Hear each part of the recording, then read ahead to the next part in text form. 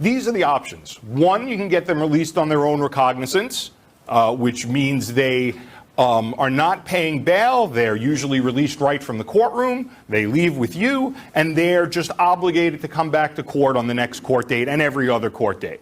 And if they don't, the court can issue a warrant. They may set cash bail or a bail bond on your client. And I'll explain to you how that works. So let's say someone has $10,000 bond over $5,000 cash set. So the way that works is, if it's $5,000 in cash right there, you can either, if you have the cash with you, if your client's family has it, you're going to pay it at the court, and your client's going to be released within the hour. Okay? If you don't have it with you, you're going to go to the jail 24 hours a day, you're going to pay it, and they'll release your client.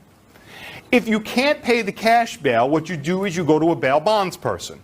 And what the bail bonds person does is they write a bond. You pay them a certain amount of money for their services, and you put up property or money as collateral in case your client doesn't appear. So what happens if your client doesn't appear, they're obligated to pay that $10,000, and then they try to get that money back from you, from your collateral.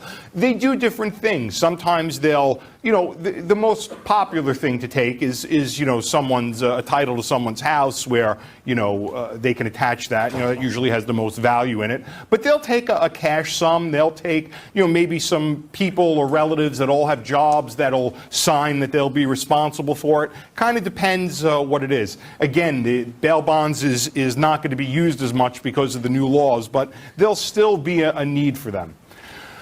Then there's release conditionally to probation. And this is what, they've been doing a little bit, but this is what's really going to expand when, and I don't know if it's going to be conditionally released to probation, but it's going to be some sort of release where there are going to be conditions. Because again, they're trying to establish other means to ensure that the client appears in court. And here are some of the things that they're going to be doing. Again, I don't know how it's really going to work in action, but these are some of the things they're looking to do. Restrict travel for people when they're released. Maybe electronic monitoring, that might be a possibility. Home confinement, a curfew, drug testing, restrictions on particular places. Again, I'm not sure how this works in theory, and if they don't fund agencies to be able to do these things, they're not going to happen. Electronic monitoring is expensive, so I'm not really sure how this is all going to work, but these are the things they're looking for